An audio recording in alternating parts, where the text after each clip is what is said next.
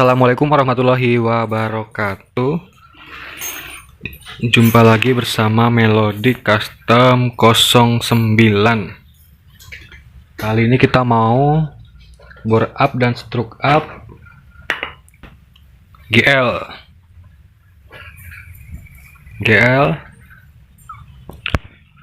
dengan stroke-nya 70 atau langkahnya 70 dan diimbangi dengan piston diameter 66. Pistonnya 66, langkahnya 70. cc-nya kurang lebih 230 lebih. Jadi spesifikasinya kruk asnya menggunakan langkah 70 pabrikan. Teman-teman bisa lihat stangnya CG 200. Jadi stangnya ini sama kayak Tiger, panjangnya 105,5. Bandulnya seperti ini. Penyesuaiannya kita papas punggung stangnya di sini biar nggak mentok rasio. Lanjut di bagian kopling menggunakan 6 per. Kampasnya masih menggunakan 5. Jadi platnya ini, plat koplingnya masih menggunakan standar, jadi lebih tebal daripada yang bawaan ampere. Biasanya kalau pakai yang tipis itu koplingnya nggak enak, dia endut-endutan ketika mau jalan. Drag gearnya menggunakan Tiger, rasionya ini udah menggunakan 6, punya Tiger, nggak ada yang dioplos, dan pengapiannya masih menggunakan standar.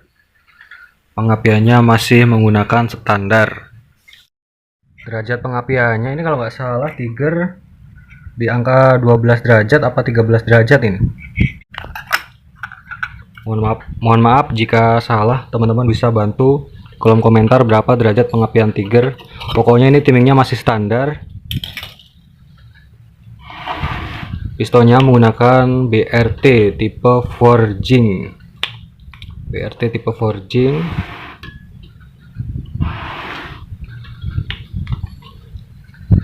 Terus linernya menggunakan diesel. Diameter luarnya menggunakan 73 dan crankcase-nya menggunakan 74. Seperti ini penampakannya. Clearance pistonnya atau celah pistonnya dengan silinder itu saya buat kurang lebih di angka 0,040. Jadi kalau piston kita masukkan dia longgar, piston kita jatuhkan dia longgar, nggak ada seret-seretnya. Jadi kalau di atas 0,30 biasanya seperti ini dia, teman-teman. Pistonnya dia longgar, jadi nggak seret. Kalau pistonnya didorong, nggak perlu didorong, dia jatuh sendiri. Kalau kebutuhan untuk touring atau harian cocok lah seperti ini toleransinya. Jadi pistonnya nggak gampang macet, karena saat mesin panas itu pastinya pistonnya dia bakalan memuai.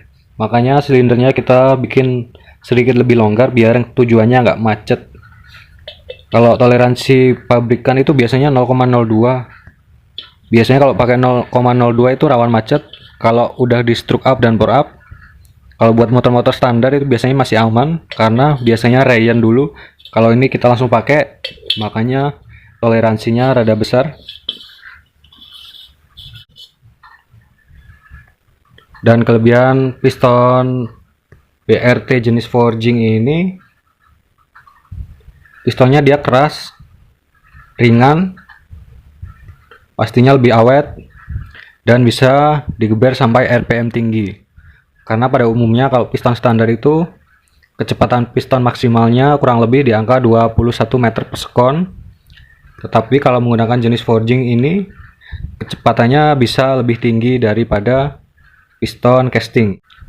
Kurang lebih masih mampu digeber sampai 25 meter per sekon. Jadi masih aman biasanya. Dan nggak lupa kita tanamkan oil jet.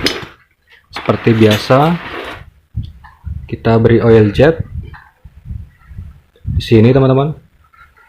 Oil jet, kita tes apakah berfungsi dengan normal. Kita tes.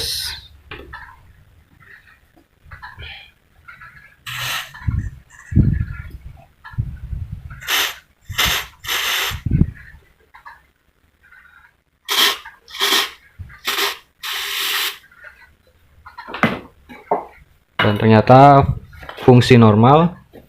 Jadi oil jetnya kita bikin lewat sini teman-teman.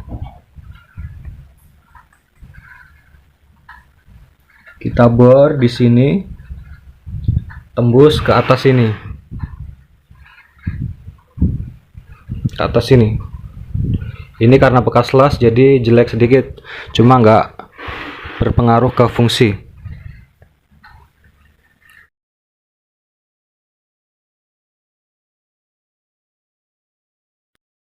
Di bagian noken as, kita menggunakan noken as BRT tipe T2. T2 ini berbeda dengan generasi T2 yang pertama ya. Jadi kalau yang generasi sekarang itu profilnya atau penampang noken asnya dia lebih kecil, jadi lebih sedikit. Jadi penampangnya cuma yang bersentuhan dengan bearing pelatuknya, jadi nggak lebar seperti yang generasi pertama. Dan pelatuknya juga dia lebih kecil, rollernya kalau nggak salah ini menggunakan roller 17 apa 15 ini. Kalau generasi ini pemasangannya dia PNP, nggak perlu ada yang dicoak bagian tutup headnya, jadi bisa PNP. Dan rasio rocker armnya ini dia lebih kecil, jadi kalau nggak salah 1:1,6. Jadi misalnya noken asnya lipnya cuma 5 mili, karena rocker armnya ada rasionya, dia terangkatnya bisa 8 mili setengah. Jadi seperti itu. Dan durasi noken asnya dia 244 di bagian intake dan exhaustnya 247. Jadi ada satu tips buat teman-teman kalau ingin memasang atau merakit mesin sendiri. Jadi gimana caranya biar mesinnya awet, nggak gampang macet? Yang pertama teman-teman harus tahu jenis piston. Jadi piston ini ketika dimasukkan di sini dia harus ada space kanan kiri. Jadi harus bisa bergerak seperti ini. Tadinya ini nggak bisa bergerak, makanya kita cok sedikit di sini, cok sedikit kanan kirinya biar ada space. Jadi misalnya nanti boringnya miring ke kanan atau ke kiri, piston ini masih bisa mengikuti si boring tersebut. Dan tips yang kedua, masalah ring seher. Jadi seperti ini teman-teman. Jangan lupa ring seher ini harus ada celah. Biasanya sih kalau saya di angka kisaran 0,25. Jadi tujuannya celah ini ketika mesin panas nanti piston ringnya biasanya akan rapat seperti ini teman-teman, akan ada pemuaian sedikit. Makanya tujuannya gap ini untuk toleransi ketika mesin mulai memuai. Jadi kalau misalnya ringnya dipasang dia rapat seperti ini, rapat, kemungkinan besar pistonnya bakalan macet kalau mesinnya panas. Karena saat memuai ringnya bakalan semakin sempit, jadi ujung kanan dan kiri ini bakalan bertemu, mengakibatkan piston naik turun itu bakalan berat, tenaganya ngempos. Makanya tujuannya gap ini untuk menghindari macet saat pemuaian. Jadi seperti itu. Dan mendem pistonnya atau toleransi pistonnya Ini kita buat 1 mili. Tujuannya nanti biar gak mentok dengan head. Dan kompresinya ini tujuan saya nanti kita buat 10,5 atau 11 lah. Nanti kita ukur coba ketemu berapa kompresinya. Dan tips yang ketiga, caranya menentukan overlap klep biar nggak mentok piston. Caranya gini ngukurnya teman-teman. Kita ukur dulu jarak antar klepnya.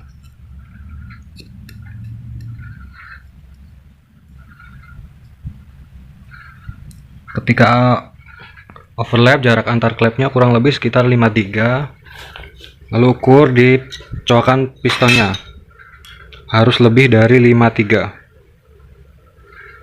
Contohnya seperti ini jarak antar klepnya 56, jadi udah dipastikan dia aman, nggak bakalan mentok klep. Terus yang kedua, kita lihat dari samping. Klepnya ketika overlap dia nggak terlalu muncul, jadi kurang lebih hanya muncul 1 mili. Toleransinya ya kurang lebih dibuat lebih dalam 3 mili buat gap, tujuannya biar nggak mentok. Lanjut ke proses pemasangan. Lanjut ke bagian pengukuran kompresi. Jadi teman-teman harus tahu tentang yang namanya rasio kompresi, karena rasio kompresi ini sangat berpengaruh terhadap ketahanan mesin. Jadi cara mengukurnya kita menggunakan alat yang sangat sederhana. Pada intinya kita harus tahu isi ruang kubah mesin ini teman-teman. Jadi hanya dengan menggunakan alat yang ada takaran cc-nya. Contohnya seperti ini suntikan ini ada takaran cc-nya. Contohnya ini udah saya isi air 22 mili. Langsung kita masukkan ke dalam, nanti kita bakal tahu isi kubahnya ini berapa mili. Nanti lanjut ke pengukuran.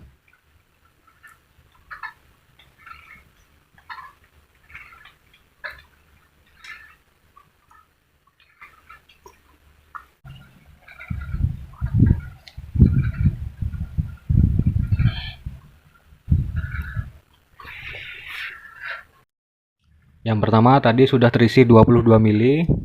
Karena cairannya kurang, kita tambahkan lagi, kita ambil lagi 10 mili. Nanti kita tinggal hitung aja yang masuk ke dalam berapa mili.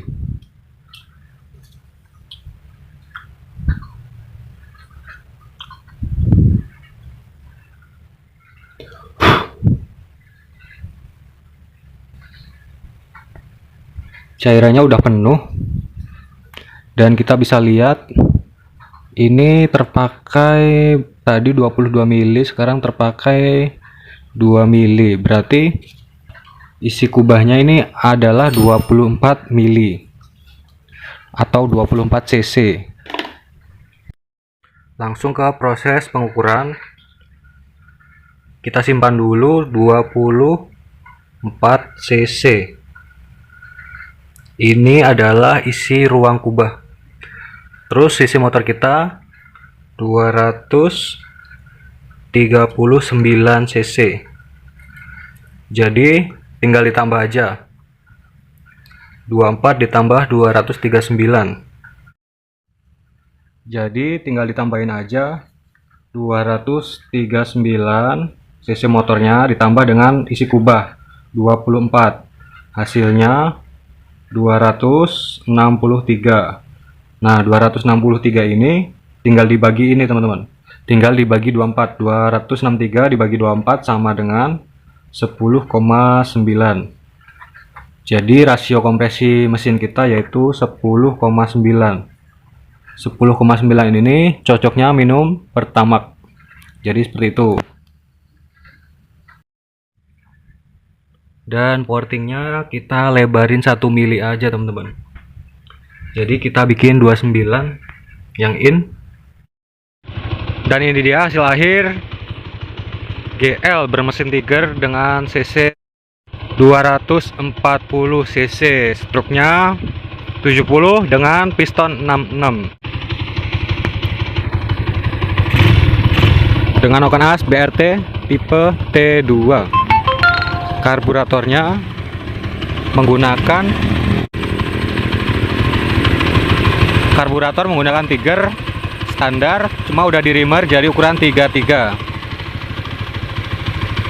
PJMJ nya 38 dan 125.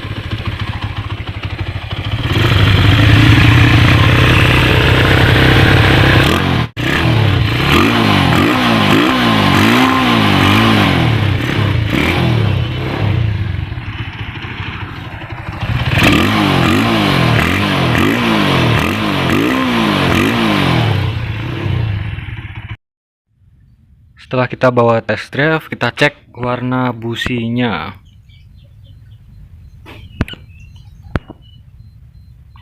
Warna businya dia merah, bagus, menandakan pembakarannya dia sempurna atau ideal.